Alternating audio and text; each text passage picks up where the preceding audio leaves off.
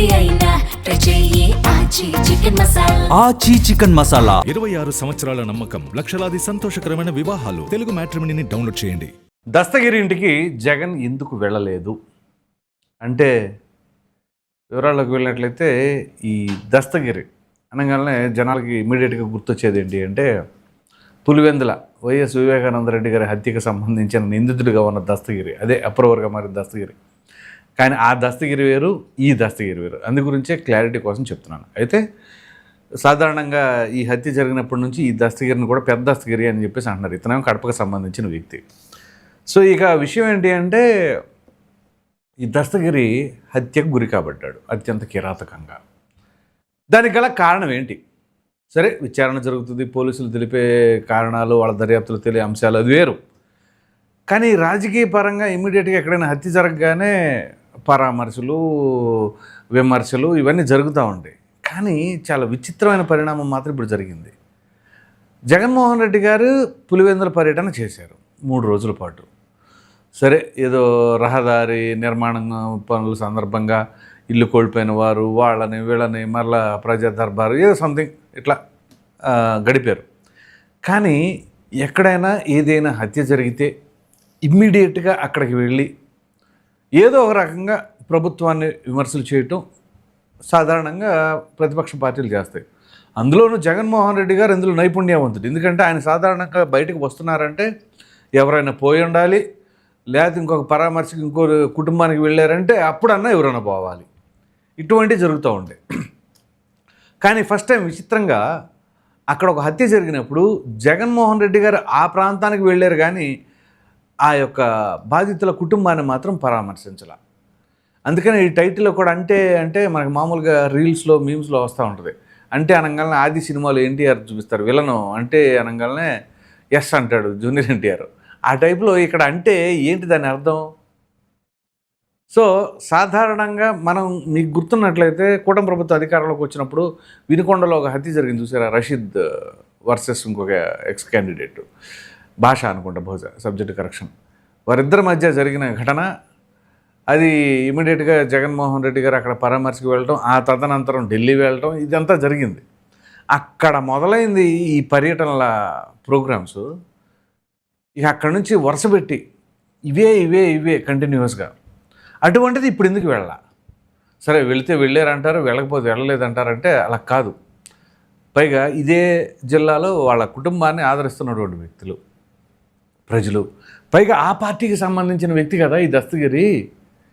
So ఆ పార్టీకి సంబంధించిన వ్యక్తిని కూడా ఆ కుటుంబాన్ని పరామర్శించడానికి వెళ్ళలేదు అంటే బహుశా దాని ఉద్దేశం ఏంటి? అది ఏమైనా సంకేతం ఇచ్చిందనుకోవాలి. ఒకటి, ప్రభుత్వ పరంగా వెళ్ళిన జగన్మోహన్ రెడ్డి గారు ఏం చేస్తారంటే, జగన్మోహన్ రెడ్డి గారు కాదు, ప్రతిపక్ష పార్టీ ఎవరైనా సరే ఒక హత్య జరిగినప్పుడు ఆ ఇంటికి పరామర్శకు వెళ్ళి ప్రభుత్వ పరంగా వైఫల్యం చెందింది, లా అండ్ ఆర్డర్ కంట్రోల్ లేదు అని చెప్పేసి ప్రభుత్వం పైన ధ్వజమెత్తాలి. 2, ఒకవేళ ఆ హత్య కావించబడినటువంటి వ్యక్తి ప్రతిపక్ష పార్టీకి సంబంధించిన వ్యక్తి అయితే ఇంకా గట్టిగా నిలదీయాలి ప్రభుత్వాన్ని. జగన్మోహన్ రెడ్డి గారు ఈ 2 ఆప్షన్లు తీసుకోవాలా? ఎందుకు అలా? సో 1, ప్రభుత్వాన్ని నిలదీయలేదు, 2, ఆ పార్టీకి సంబంధించిన వ్యక్తి అని చెప్పేసి ఇంకా గట్టిగా నిలబడలేదు. సో దానివల్ల ఏంటి?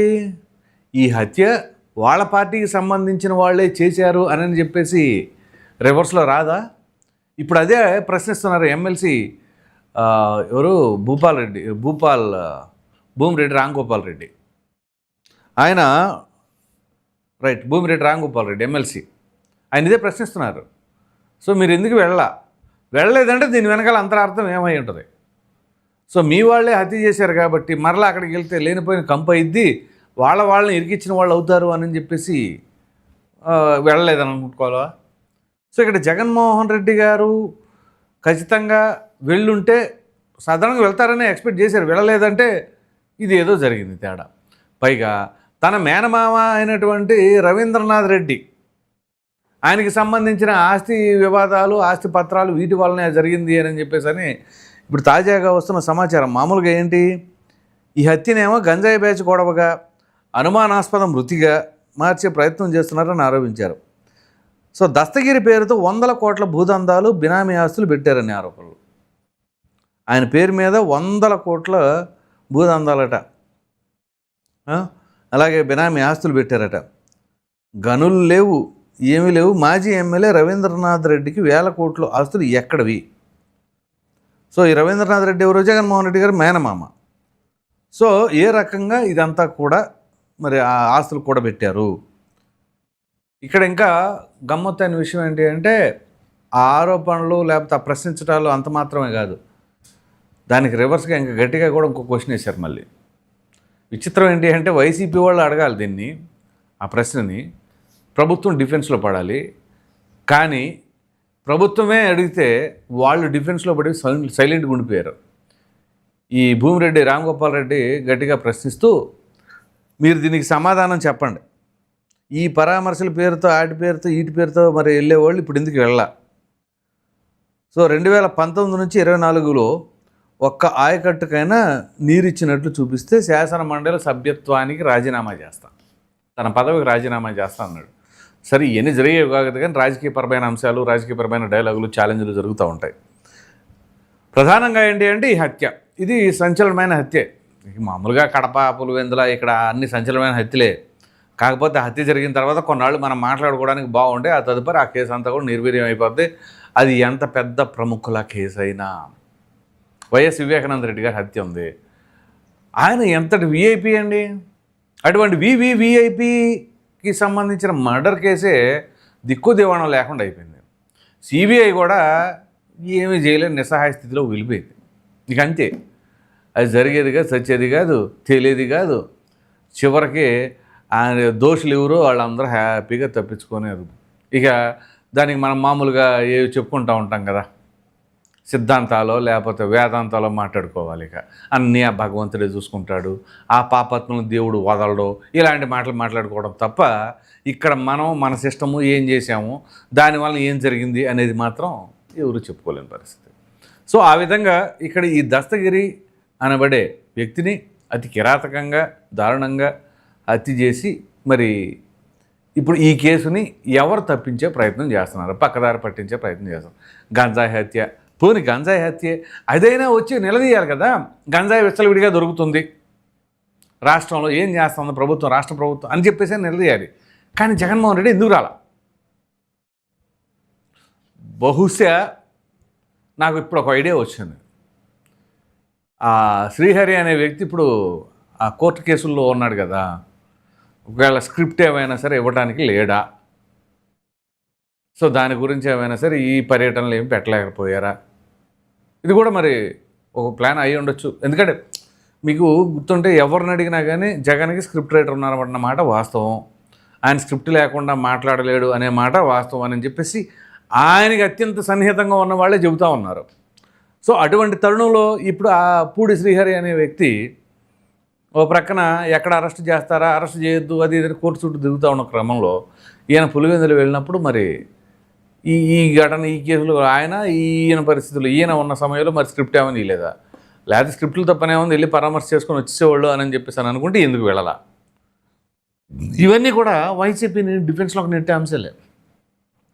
సో అంటే ఇవన్నీ ఒక ఎత్తు, పైగా సొంత పార్టీ క్యాడరు, ఆ పార్టీకి సంబంధించిన కార్యకర్తే అత్యంత కిరాతకంగా హత్య కావచ్చు పడితే కనీసం వాళ్ళను కూడా పట్టించుకోరు. అంటే సొంత పార్టీ కార్యకర్తలను కూడా పట్టించుకోరు జగన్మోహన్ రెడ్డి. మళ్ళీ ఇది కూడా నెగిటివ్ సంకేతం వెళ్తుంది కదా, ప్రజల్లోకి వెళ్తే ఖచ్చితంగా నెగిటివ్ అవుతుంది.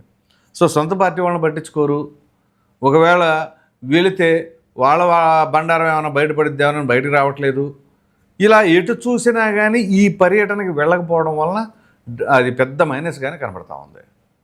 ఒక పక్కన చూస్తే మేనమామ రవీంద్రనాథ్ రెడ్డి గారు ఆయన పైన ఆరోపణలు, ఆస్తి పత్రాలు అవి ఇవి 100 కోట్లు 1000 కోట్లు, ఓ మాజీ ఎమ్మెల్యే పైగా మేయర్గా కూడా చేశాడంట ఆయన.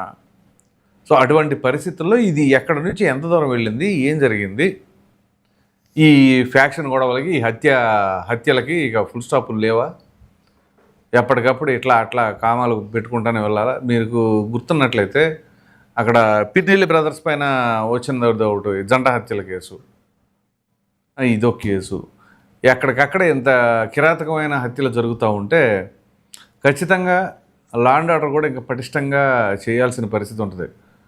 లేకపోతే మాత్రం చాలా కష్టం. ఇటువంటి హత్య రాజకీయాలు ఇంకా ఎక్కడైనా జరుగుతూనే ఉంటాయి. అది ప్రభుత్వాన్ని అబాసుపాలు చేసే పరిస్థితి కూడా కనపడతా ఉంటుంది.